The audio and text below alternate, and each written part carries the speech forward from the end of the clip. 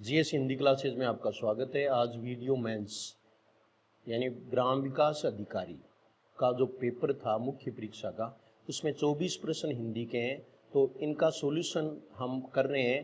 केवल उत्तर नहीं बता रहा हूँ मैं प्रत्येक विकल्प उसका भी जहाँ आवश्यकता है उसकी व्याख्या कर रहा हूँ। तो ये आगे की परीक्षाओं के लिए महत्वपूर्ण होता है। केवल यही नहीं कि भाई हमें इनके उत्तर जाने या जिन्होंने पेपर दिया उनके लिए महत्वपूर्ण नहीं है, बल्कि सबके लिए महत्वपूर्ण है। हमें ये भी थोड़ा सोचना है कि हम जो पढ़ रहे हैं, या मैं ये कहूँ कि जो मेरे से पढ़ रहे हैं, वो क्या फील कर रहे हैं कि क्या आप हिंदी में अच्छा कर सकते हो। ये पेपर आपको बताएगा। एक दो प्रश्न है जहाँ गड़बड़ी है वो भी मैं आपको बताऊंगा। तो ये देखिए, पहला प्रश्न है, निम्न में से किस विकल्प में केवल प्रत्यय का ही प्रयोग किया गया है, यानी केवल प्रत्यय का प्रयोग हुआ है। तो ये देखिए आप, पहला विकल्प है, इसमें अपरिग्रह है तो ये अ उपसर्ग है। अपोढ़ ऐसे लाया हुआ शब्द है, वैसे ऑथेंटिक शब्द नहीं है। ये पराश्रित पर उपसर्ग है। वैनाशिक, ये देखो इसमें इक प्रत्यय, ये विनाश है तो इसमें वी उपसर्ग हो गया, केवल प्रत्यय नहीं है। आक्षेप में आ उपसर्ग भी है। आधिपत्य में अधि उपसर्ग भी है। इसमें आप देख रहे हैं पराधीन में पर है, अनुदित में अनु है, और ये अप है, अपोढ़ अप उड।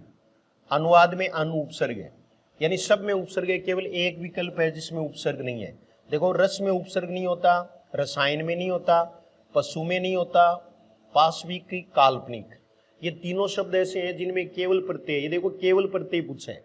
इसका केवल प्रत्यय का मतलब है कि जिसमें उपसर्ग नहीं है। प्रश्न को ध्यान से पढ़ो, उसके बाद करो। एक जिसका पेपर है उसने देखो ये वैनाशिक शब्द कर दिया, ये गलत है, ऐसा नहीं है। तो यहाँ उत्तर कौन सा होगा? बी होगा। वैनाशिक क्यों नहीं होगा जब रासायनिक हो सकता है? तो ये क्यों नहीं? क्योंकि इसमें वी उपसर्ग है।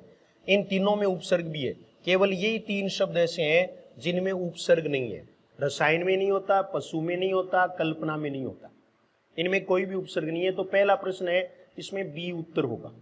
दूसरा देखिए, we have taken our breakfast, ये इंग्लिश का है, हमने नाश्ता कर लिया है, प्रेजेंट परफेक्ट टेंस।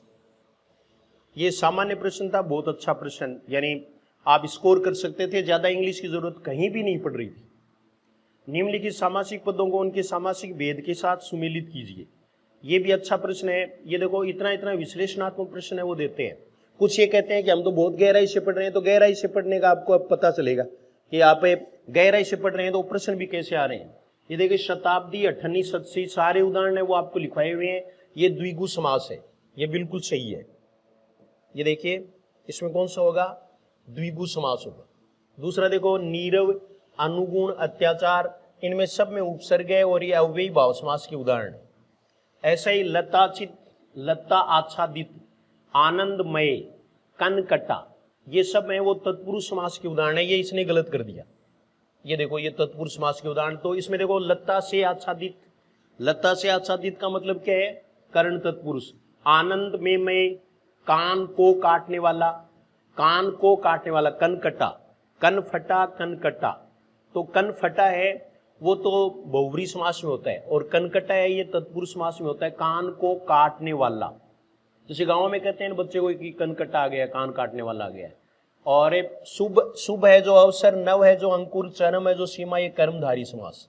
इसका मतलब उत्तर होगा वो हमारा ख, कै, गै, घ। ये किस में है? ख, कै, गै, घ, चौथे में ये उत्तर होगा, ये नहीं होगा। समझ में आ गया? पूरा बता रहा हूं मैं आपको। और ये देख लें आप अच्छी तरह से। अप्रत्ययवाचक तद्धित प्रत्यय से निर्मित शब्द किस विकल्प में? प्रत्यय दो प्रकार के होते हैं, कृत प्रत्यय और तद्धित प्रत्यय। तद्धित प्रत्यय उसका एक भेद होता है अपत्यवाचक। अपत्य मैंने आपको बताया, अपत्य संतान को कहते हैं, और अपत्य में प्रत्यय मेरे लिखवाए हुए भी हैं। इसमें देखो ए प्रत्यय है, ये भी ए प्रत्यय है, ये मृकंडू जोड़ ए, ऋषि का नाम है। इसके अलावा मगध में ए प्रत्यय है, मगध जोड़ ए, उत्तर होगा पौर्वात्य। पौर्वात्य पोरस्ते को कहते हैं, पोरस्ते, पौर्वात्य। तो पौर्वात्य है, इसमें अपत्यवाचक प्रत्यय नहीं है। अपत्य का अर्थ संतान होता है। देखो कितना डीप में प्रश्न है, वो प्रत्यय में पूछ लिया। तो हमें पूरा पढ़ना है, डीप में पढ़ना है। ये एक चेतावनी है, क्योंकि यही एजेंसी है वो हमारे थर्ड ग्रेड में है। रीट के बाद में जो थर्ड ग्रेड एग्जाम होगी वो भी क्या है? अधीनस्थ बोर्ड ही लेगा। तो इसलिए आप हिंदी वाले हैं वो चौकन्ने रहे, अन्य सब्जेक्ट वाले वो भी चौकन्ने रहे। पेपर स्तरीय आएगा बाद वाला, ये तो सामान्य आएगा, बाद वाले पेपर की बात कर रहा हूं। एक पानी का गिलास लाओ, लेकिन ये भी चूक जाते हैं, ये प्रश्न गलत है, इसमें बोनस मिलेगा, नहीं मिले तो फिर अपन कार्रवाई करेंगे।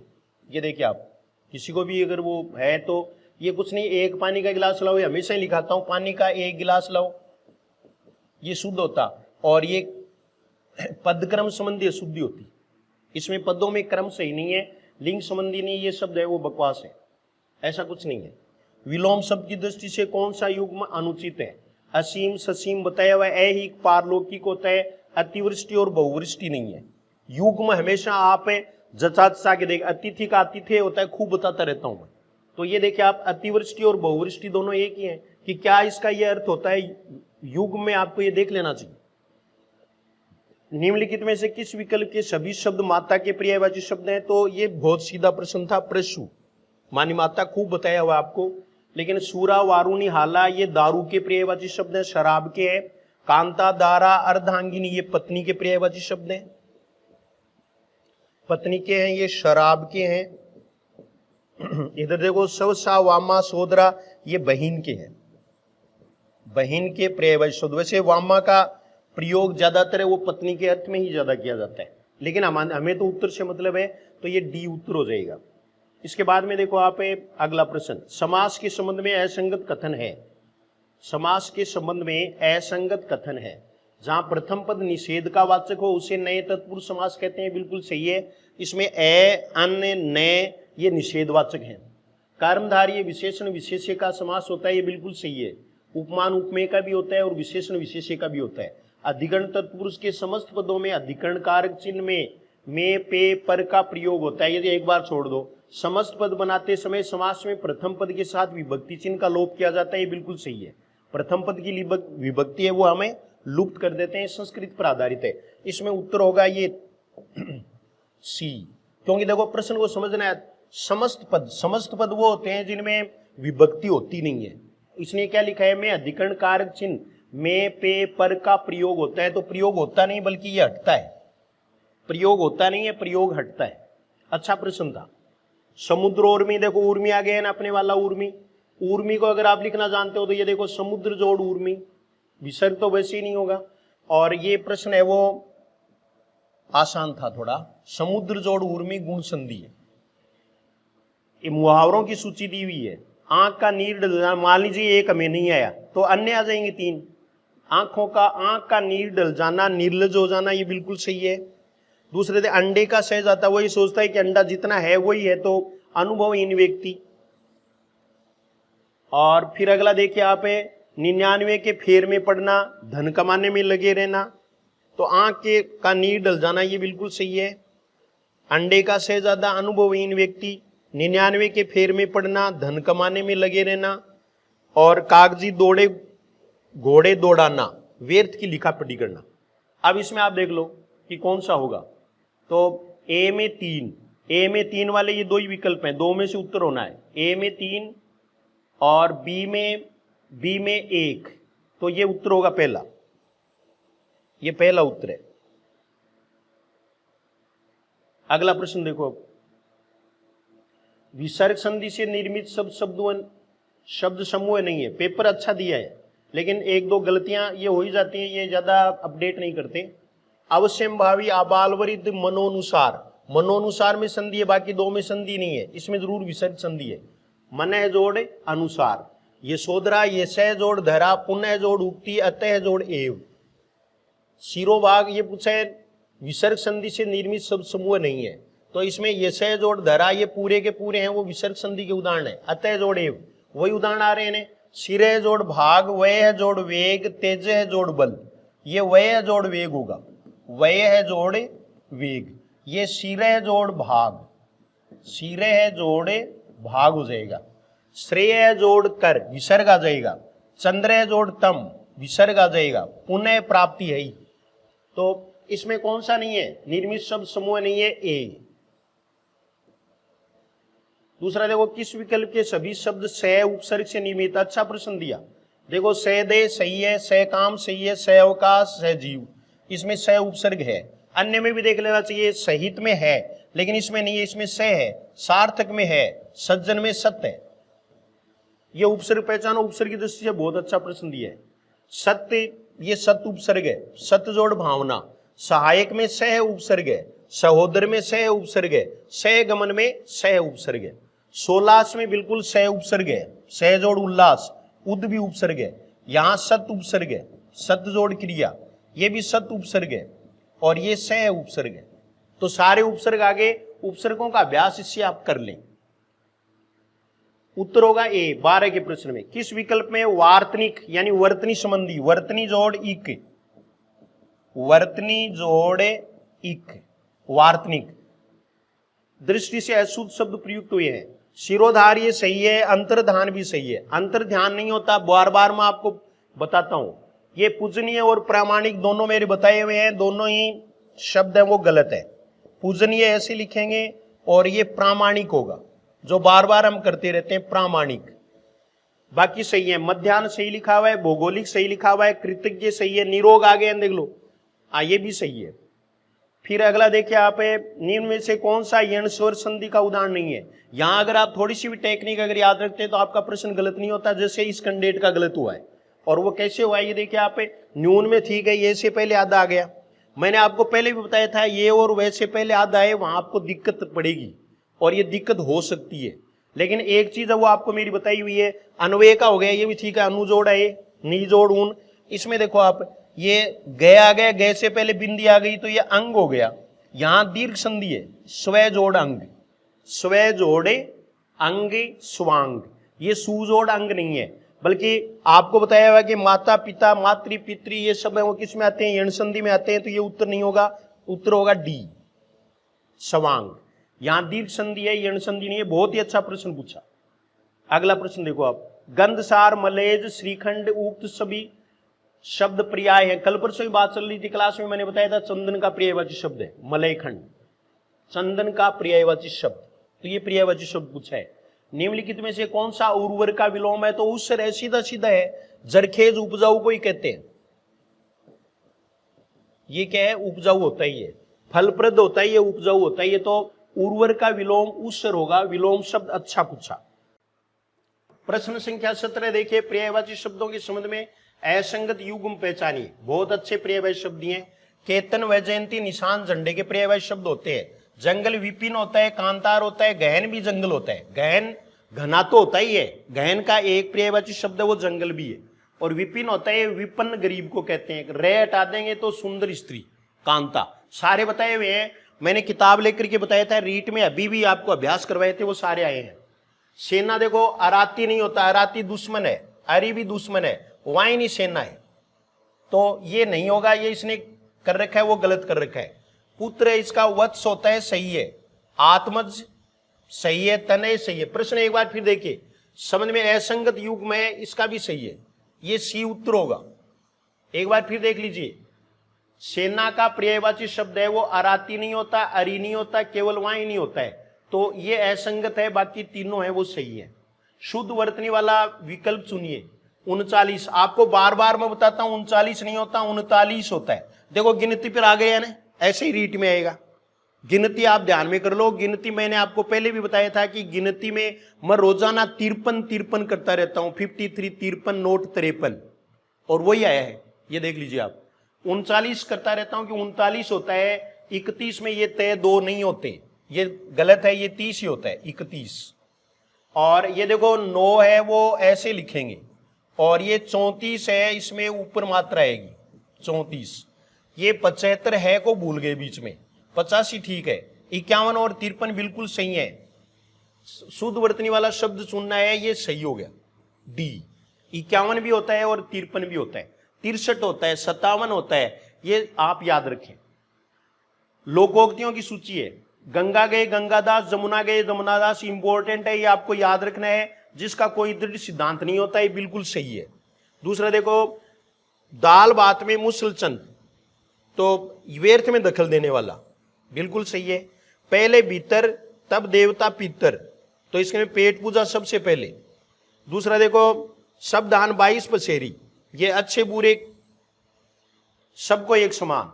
तो इसमें ए है, उसमें क्या आना चाहिए, एक आना चाहिए। ए में एक, ए में एक का विकल्प यही है। ये देखो गंगा गए गंगादास, जमुना गए जमुनादास, ए में दो, तो ए में दो वाला ए है, ठीक है। एक ये बी भी है, ए में दो। फिर बी में देखो दाल भात में मुसलचंद एक नंबर, तो बी में एक नंबर, यहां उत्तर बी होगा, ये बी उत्तर हो गया। किस विकल्प में अंग्रेजी पारिभाषिक शब्द का समकक्ष हिंदी पारिभाषिक शब्द सही है? डिपार्टमेंट नेग्लिजेंस, विभागीय जांच नहीं होती, ये गलत है। पहले वाला है वो गलत है। और फिर देखिए डिनाइल, ये भी तरक्की नहीं है, मनाही को कहते हैं, ये डिक्री सही है। हुक्मनामा, हुक्मनामा सही है। डिक्री तो जानते ही हो आप, डिक्री है वो हुक्मनामा। और डेविएट का मतलब विचलित होता है, तो और नहीं है, केवल डिक्री है वो इसमें सही है। वाक्यांशों को सुमेलित करना है, नीचे की ओर लाना या खींचना क्या कहलाता है? अपकर्ष, ये सही है। और जो बिना बुलाए आया हो वो अनादूत, ये कोई चाहे तो इसको करा सकता है डिलीट, क्योंकि ये अनाहूत, इनके मिसप्रिंट हुई है। अनादूत कोई शब्द नहीं होता, अनादृत जरूर होता है, अनाहूत होता है। और इसका होता भी है नए बुलाया हुआ, बार बार मैं बताता रहता हूं। किसी वस्तु को प्राप्त करने की तीव्र इच्छा, अभिप्सा बहुत बार बता दिया। और गुरु के समीप रहने वाला विद्यार्थी बताया हुआ है अंत्यवासी, ये इसका उत्तर है। अब देख लो आप, नीचे की ओर लाना या खींचना है, ए में 3 नंबर होना चाहिए, ए में 3 नंबर है वो 2 में है, ठीक है। फिर देखो बी में 1 नंबर होना चाहिए, तो बी में 1 नंबर है। फिर सी है, उसमें 4 नंबर होना चाहिए, ये है, तो डी उत्तर सही है। बाकी अगर किसी का गलत हो गया हो तो वो लगा सकता है, इसमें आपत्ति लग सकती है, क्योंकि इन्होंने ये गलत किया है, आपत्ति लग सकती है अगर किसी का गलत हो तो वो देख लें।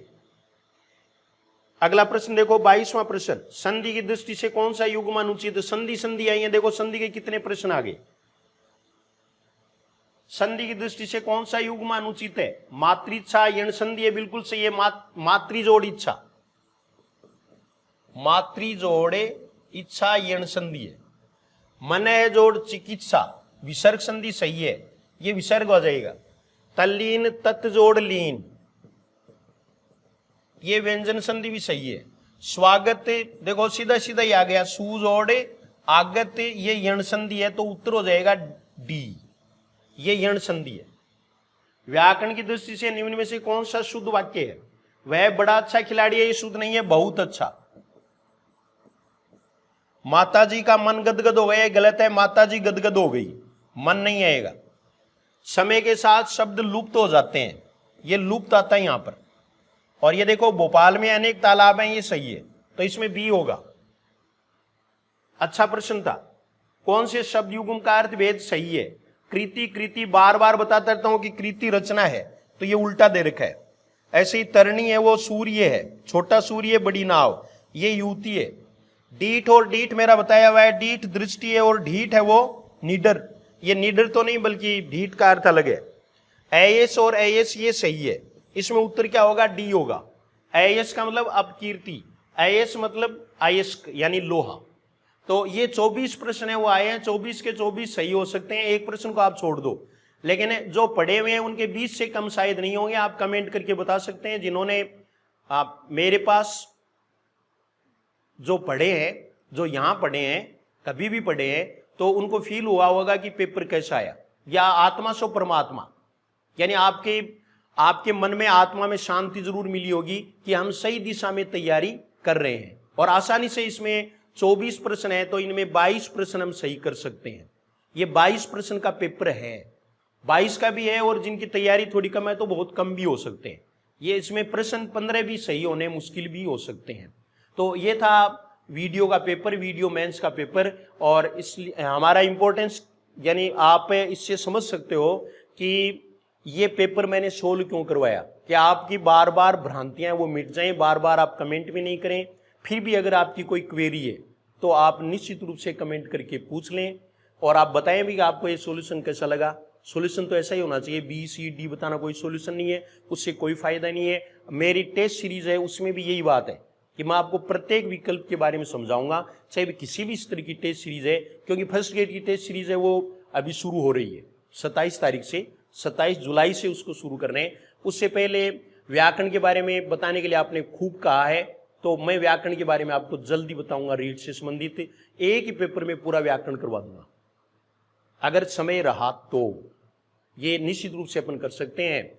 तो ये था वीडियो का सॉल्यूशन। आपने बहुत ध्यान से सुना, कुछ आपने सीखा भी होगा, कमेंट करके जरूर बताएं। Thank you very much.